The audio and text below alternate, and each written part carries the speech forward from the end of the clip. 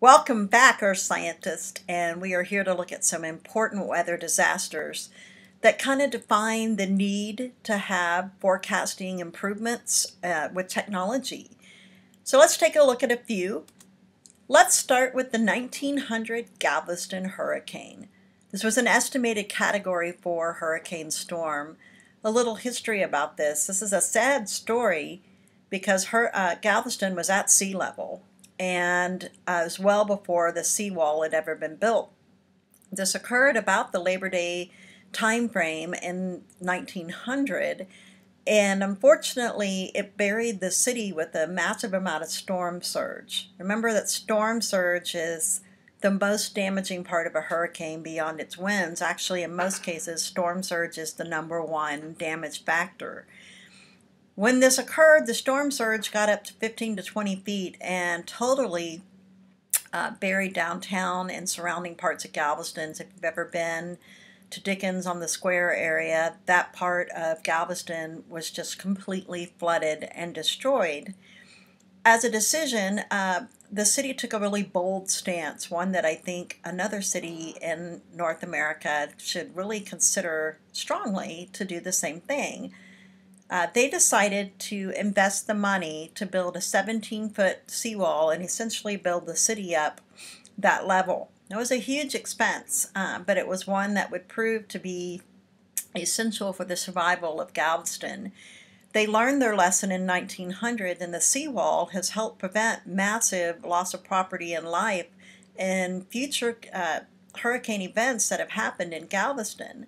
One of the big tests of the Galveston seawall was Hurricane Rita and Hurricane Ike that happened in the last 10 or so years. This is some of the damage that occurred, and it's hard to look at because if you've been to Galveston, you look at that and you're like, wow, I've seen those streets. The people didn't really stand a chance that were there because the storm surge just inundated everything in its path.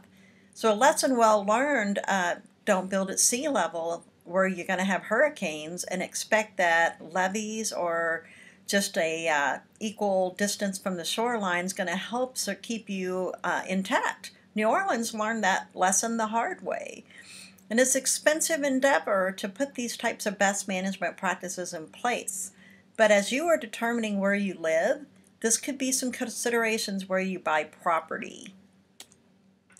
This is what the seawall looks like today, and it's a great investment. It may not be the prettiest thing in the world, but the seawall has been built up, and they put riprap, which is this material right here. This is a form of a best management practice designed to help minimize the loss of shoreline. So if you've been to a beach in Galveston, they really are not naturally occurring. For example, Stewart Beach, that was all manufactured by sands brought in on trucks. Because this is not a very good depositional shoreline. It's actually quite erosive with the way that this setup is done. A very devastating impact to Waco, Texas occurred in 1953. This one hits home for me, not because I was alive yet, but because my parents both survived this tornado and were at Baylor at the time. They actually helped with the cleanup and talked about the devastation to downtown that occurred that day. This was measured at an estimated F5. Keep in mind we didn't have a really good warning system in place at that time. When the tornado touched down, it touched down in the afternoon and it left a 23-mile path of destruction. That's extremely long for any type of tornado. Most of the people that died were killed in buildings that were collapsed during this event. You can see why. If you're familiar with Waco, this is where the Alico building is, and you can go, wow, I totally recognize these structures. In 1974, a just tremendous outbreak called the Super Outbreak occurred from some megacells that had produced super big, giant cyclone storms, and these mega storm systems accumulated and grew together and created a super outbreak of tornadoes that year. This is actually the event that led to the need to have an improved warning system. This created 148 tornadoes over about a 16 or so hour period of time, and tornadoes touched down in 13 states, including Texas. We had 818 of them have destruction paths that were over a mile long, and in addition to that, there were 330 people who lost their lives that day. Very bad deal, and because of how severe and how fast this outbreak occurred, the National Weather Service, which is now National Oceanic Atmospheric Administration, deemed it necessary to put together a request for funding to get a better warning system. So if I could tell you one thing to know about the 1974 Super Outbreak, it is that $4.5 billion weather warning system service program was the outcome of this particular storm event. Most warning systems around the world are the result of some kind of natural disaster that has been a devastating impact to human life and the environment. In 1997, I can remember waking up that morning in Waco, Texas, and I went for my workout, which was well before working hours. I got up and had to be at the gym at 5 a.m., and I remember how moist the air was. And I live a good 25 miles from town at this time. I lived out near Rita, Texas. And I drove in after my workout. I came out, it was around 7:30ish. I was thinking, man, the air is sure sticky today. At that time, I was married to another person, and I met him for lunch. And we were eating at one of the few remaining Mr. Gaddy's in Waco, if you can remember the day, if you're from this area.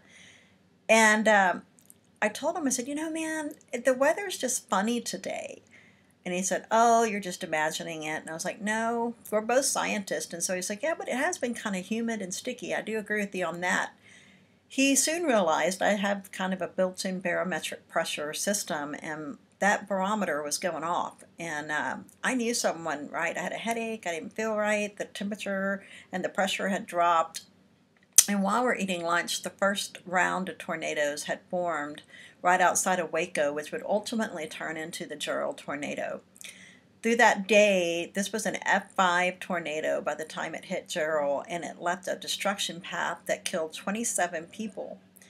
This was absolutely a devastating event. I worked at TCEQ, back then it was TNRCC, at the time, and we were the environmental state agency, and we had to deploy our emergency response team for the cleanup for weeks to help with the Jarrell Tornado cleanup. It is almost incomprehensible what this cleanup looked like and how much devastation occurred. You have to imagine that the Double Creek Estates subdivision was a regular subdivision with houses that had really strong foundations. So I don't want you to think this is simply a mobile home park and these just got slammed around. These were foundationed homes. It essentially took the concrete from the roads, it took grass from the yards, and we're talking about grass that was about 18 inches off of the ground. It took houses completely off of their foundations. If you were home at that time, you did not stand a chance unless you had a storm shelter. So a word to the wise, if you're in a tornado alley location and you have decided to purchase a home or build a home, especially if you're going to build a home, include the budget to have a storm shelter. It's worth the investment if you're in Tornado Alley. That's the only way people probably would have survived this. I mean, it was just an incredibly difficult thing. The good news was by the time it hit, most people were not home at that time. Had it hit a little later in the day, I think the outcome would have been much worse. I mean, it's hard to find good in such a horrible situation. But the Jarrell Tornado taught us a lot about F5 tornadoes because so many people were able to witness it. Storm chasers saw it.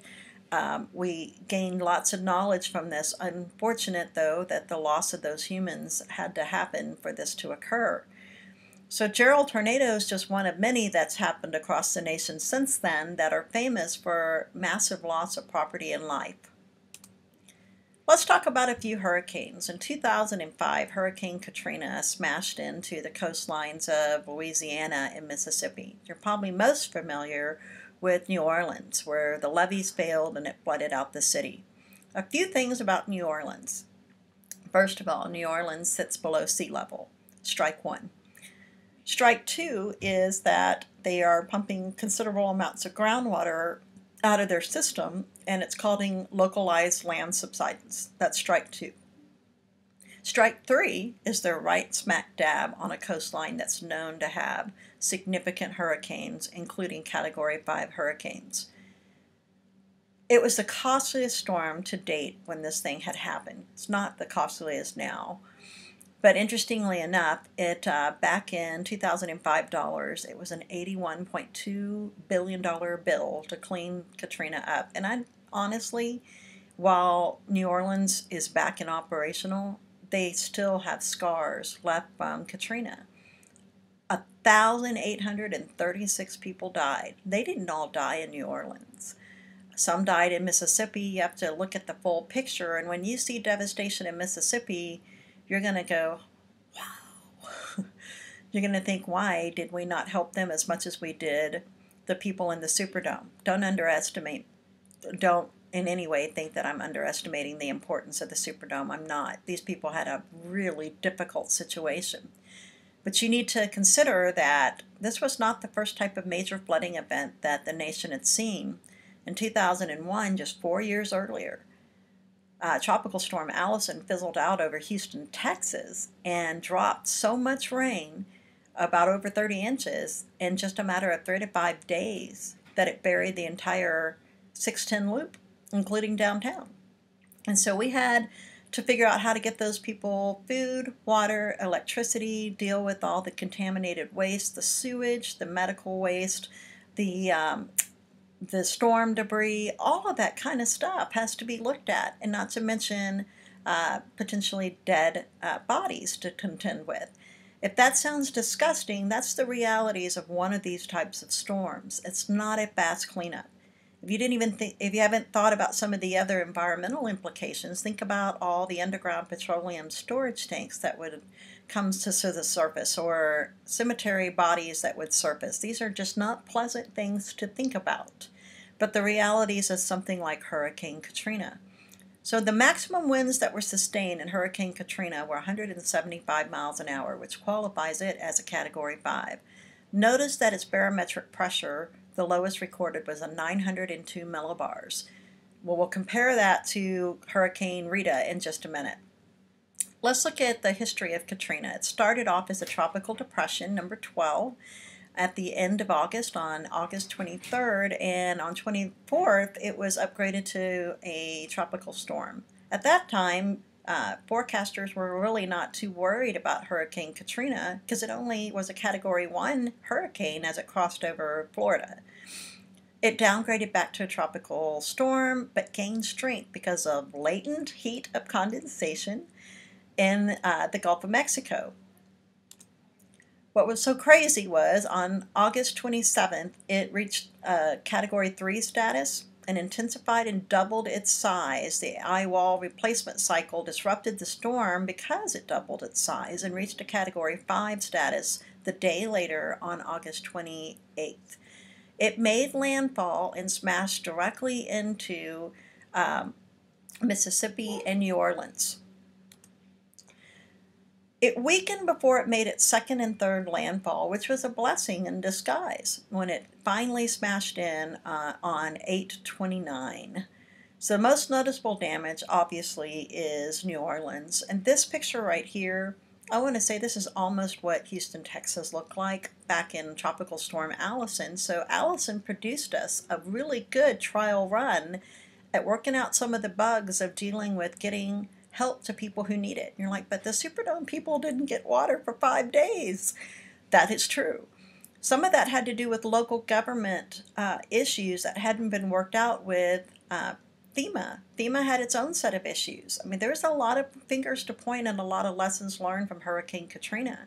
But don't blame all of it on FEMA. You have to know the full story. I worked closely with FEMA individuals during Hurricane Katrina when I worked at TCEQ, because our floodplain insurance guy, the one that was from FEMA, worked in my office. So we were very keenly aware of what the issues were, and some of them had nothing to do with FEMA. It had to do with some other local government problems that just needed to be worked out on who had jurisdiction over what. This is some of the damage from Hurricane Katrina, and I do want to point out stuff like this. While these may look familiar to you, you may not live in one, you just need to evacuate if you live in any kind of a mobile structure, period, if you're going to be in a hurricane or a tornado. That's just the bottom line. It's not a brilliant idea to be staying behind. You can always replace your belongings. You cannot replace your life. So it's not worth that. When you look at Mississippi and you see that devastation, you're like, oh my gosh, it looks like the Jarrell Tornado came through, and it does. So this is the type of devastation that occurred, not just in New Orleans. People lost everything. Most of them did not have floodplain insurance through FEMA, and their regular insurance did not cover the cost, so they had to start their lives completely over from ground zero financially. When you look at this damage in Mississippi, it just makes your heart sink, and it makes mine sink every time I see it, because I realize and have to respect the intensity of a hurricane or a tornado. More Mississippi damage in Katrina. This was the interstate that collapsed on its segments right outside of the city that was hit hardest. This is New Orleans, and you can see the damage. I mean, New Orleans just got hammered. I mean, they were going to get damage anyway from storm surge, but what made it so bad was the levees failed. So without pointing fingers at why did they fail, who's to blame, the fact is they did fail. So engineering needs to be done to figure out a way to make levees that will satisfy dealing with a town that's built at below sea level. Not to mentioning having subsidence problems in addition to that.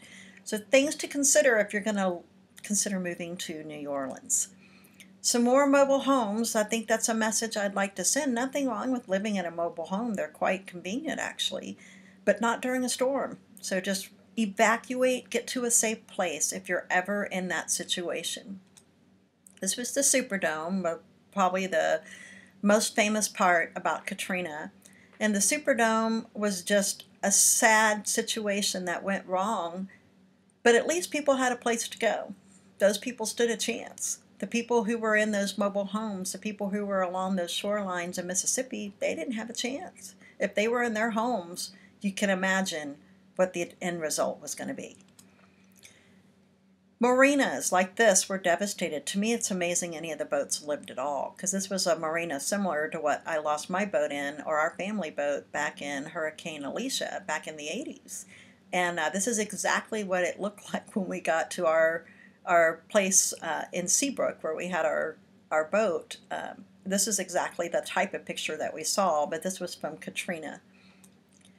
This was the realities of trying to get people out, and you need to think about the contaminated water. So you just don't want to be hopping around, walking around, especially if you've been battered and cut. The same would be true in a tsunami event. These are very closely related in terms of the types of trauma that happen to the environment and to humans and to our structures. When you look out over the city, you get the gist that this became a big giant wetlands for a while, a contaminated wetlands.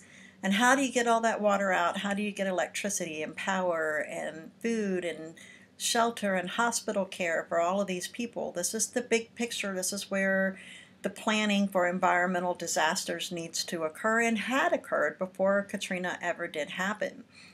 So you're like, but it didn't work. It did work to a degree. It needed improvement, no doubt. But just imagine how bad it could have been had Tropical Storm Allison not given us a dry run. And in the same year, Hurricane Rita smashed into the Texas shoreline, but not where it was supposed to. It was guesstimated to hit dead on to Galveston and come into Houston, and this is the landlocked situation in Houston, Texas. And it did not, and lots of people took this as a cry wolf situation for the Weather Service and said, hey, the next one of these big storms that comes through, we're just going to stay put instead of having to go through this. My sister got caught for about 11 hours or so on the interstate trying to get out of the city of Houston to get to safety. $10 billion of damage was done by Hurricane Rita, and it's the strongest tropical cyclone that had ever been observed in the Gulf of Mexico to that time. It was just a month later from Hurricane Katrina, at the very end, or towards the end of hurricane season. Most of the people who died in the storm did not die directly from the event itself. 7 people did. Most of them died in this situation right here. And so because of that, a whole new system had to be devised statewide and even nationwide to look at how do you get mass transit of people out, like in Houston, Texas, or New York City, in the event of some kind of a giant, big natural disaster. Subsequently, that did need to be exercised in New York when their big storm hit as well. This was a very, very low barometric pressure reading at 895 millibars, which is important enough to know for a test because that made Rita a stronger storm. It had stronger winds. It was a more severe storm than Katrina was. It started off as tropical depression on 9/17 and got upgraded the next day to tropical storm status and got her name of Rita.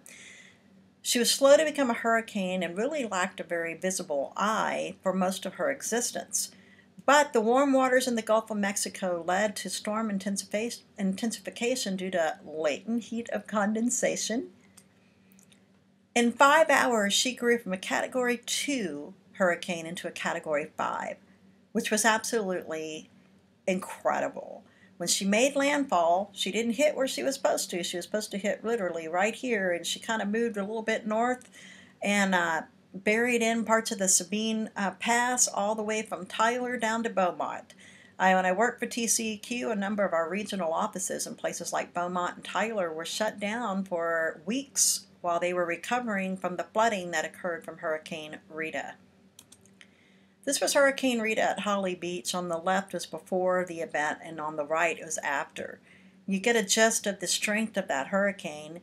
You don't hear as much about it because everyone had their eye on Hurricane Katrina in New Orleans and not what happened right here in the state of Texas. Devastating consequences, especially for people who really shouldn't have had to worry about hurricane storm surge, but it was such a big storm that it blew storm surge in much further inland than we expected. When you look at the damage area, you can begin to see that all the counties that are in tan had substantial flooding. That's a pretty significant storm surge region. So this is where it made landfall, but this was the entire damaged area. And so this was not a little bitty storm. This was an enormous storm. Hurricane Ike hit us in 2008, and it was the third most deadly and costly hurricane to make U.S. landfall to that date. Certainly that has changed with the storm that hit New York. It claimed 195 lives, of which about not quite half were in Haiti, and the rest were in the United States. It was a Category 4 storm at 145 sustained winds in miles per hour, and it made its final landfall just east of Galveston, smashed right into the coastline. Houstonians were warned, so were Galveston residents, and most people decided not to evacuate. They had had a scare at the Hurricane Rita 3 years earlier. Why should we listen this time? It's just not going to hit us. But it did.